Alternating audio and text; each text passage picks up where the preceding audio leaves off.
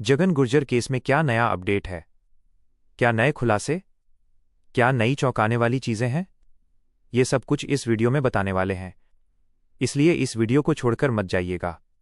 समझने वाली बात यह है कि जगन गुर्जर केस में आखिर जगन गुर्जर जैसे बलिष्ठ, जगन गुर्जर जैसे खौफ जिसका हर वक्त रहता था सब में, उस जैसे कैदी को किसी एक आदमी ने कैसे मार दिया, ये किसी के गले उतर ही नहीं रहा।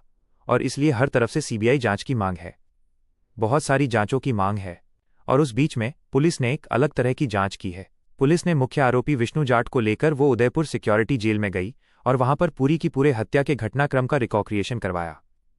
कैसे हुआ होगा वो कांड, उसका पूरा एक्शन दर एक्शन वापस दोहराया गया। और एक्शन दर एक्शन जब उसे दोहराया गया तो बहुत सारी ऐसी बातें सामने आई जो अब तक सामने नहीं आई थी। विष्णु जाट का ये कहना था कि पूरी तरह से जगन गुर्जर जो है उसे सबसे पहले विष्णु ने अपने विश्वास में लिया और उस विश्वास खाई ही फिर विश्वासघात किया। जगन गुर्जर कुछ बीमारियों से पीड़ित था, ऐसा विष्णु जाट का कहना है, और उसके लिए उन्हें दवाई खानी थी। दवाई उन्हें दी, टैबलेट उन्हें दी, और वो दूसरी तरफ मुंह करके जब टैबलेट खा रहे थे तभी तौलिए से गमछे से उनका गला पूरी तरह से दबा दिया। वो बिल्कुल भी इस सोच में नहीं थे कि ऐसा कुछ हो सकता है, और बिल्कुल आराम से थे, विश्वास से थे। उस विश्वास को तोड़कर जगन गुर्जर जैसे बलिष्ठ का गला दबाने का काम विष्णु जाट ने किया। ये उस पूरे सीन के रिकॉक्रिएशन से सामने आया है। जब उदयपुर हाई सिक्योरिटी जेल में पूरा का पूरा घटनाक्रम वापस दोहराया गया तो ये बात सामने आई है। हालांकि विष्णु जाट के बयान पर पूरी तरह से भरोसा नहीं किया जा सकता, लेकिन अभी तक जो सुनने में आ रहा है वो यही आ रहा है। इस केस में एक और बड़ा अपडेट ये भी है कि कहीं न कहीं जगन गुर्जर को इंसाफ दिलाने का बीड़ा कांग्रेस बीजेपी ने नहीं बल्कि अब आरएलडी पार्टी ने उठाया है। कांग्रेस बीजेपी आरएलपी नहीं, आरएलडी पार्टी ने उठाया है।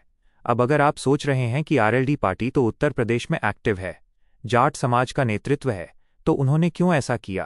क्योंकि आरएलडी पार्टी का राजस्थान में नेतृत्व कर रहे हैं जोगेंद्र अवाना, और ये जो जोगेंद्र अवाना है ये गुर्जर समाज से आते हैं और ये परिवार के पास जाकर परिवार को ये आश्वासन देकर आए हैं कि वो इंसाफ दिलाकर रहेंगे जगन गुर्जर को। और उसके बाद वो पहुंचे जवाहर सिंह बेडम के पास और उनसे कहा कि आप मिलिए पहले परिवार से, और उसी के बाद आसाराम समेत परिवार के तमाम लोगों से मिल पाए हैं जवाहर सिंह बेडम। तो कहीं ना कहीं ये सारी शुरुआत जो है वो जोगेंद्र अवाना ने की, और परिवार भी इसका श्रेय कि अगर ये बातचीत शुरू हो पाई कि इस पूरे कांड की जांच साजिश के एंगल से की जानी चाहिए तो वो जोगेंद्र अवाना की वजह से शुरू हुई।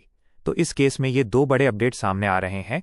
रिकक्रिएशन हुआ है पूरी घटना का, साथ ही साथ जोगेंद्र अवाना ने पॉलिटिकल एंट्री ली है इस पूरे केस में कि कहीं ना कहीं उन्होंने बीड़ा और जिम्मेदारी उठाई है कि इसकी विस्तृत रूप से जांच करवाई जाएगी। और तीसरा बड़ा अपडेट इस केस में ये है कि आसाराम समेत भाई पान सिंह के साथ परिजन जो है वो अस्थि विसर्जन कर आ चुके हैं जगन गुर्जर का, और अब परिवार वालों का जो 12 दिन का अल्टीमेटम था वो लगातार जारी है।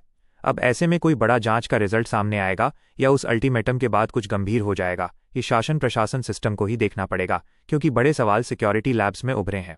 क्यों बार बार राजस्थान में ये होता है? गैंगवॉर जेल में हो जाते हैं, हाई सिक्योरिटी जेल में हत्या हो जाती है। जगन गुर्जर की 3 पत्नियों में से एक का आरोप ये भी है कि उन्हें नशे की गोली दी गई थी। अगर ऐसा है तो उसकी भी जांच की जानी चाहिए। ये सब जांचों की मांग गुर्जर समाज से आने वाले मंत्रिमंडल में एकमात्र गुर्जर मंत्री जवाहर सिंह बेडम से कर दी गई है।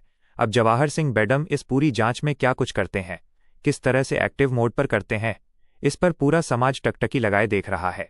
तो अब देखना होगा कि क्या जगन गुर्जर को वो इंसाफ मिल पाता है जो वो डिर्व करते हैं, क्योंकि आत्मसमर्पण न सिर्फ खुद का करवाया बल्कि अपने तीनों भाइयों का भी करवाया, अपराध का रास्ता छोड़ने का सोचा।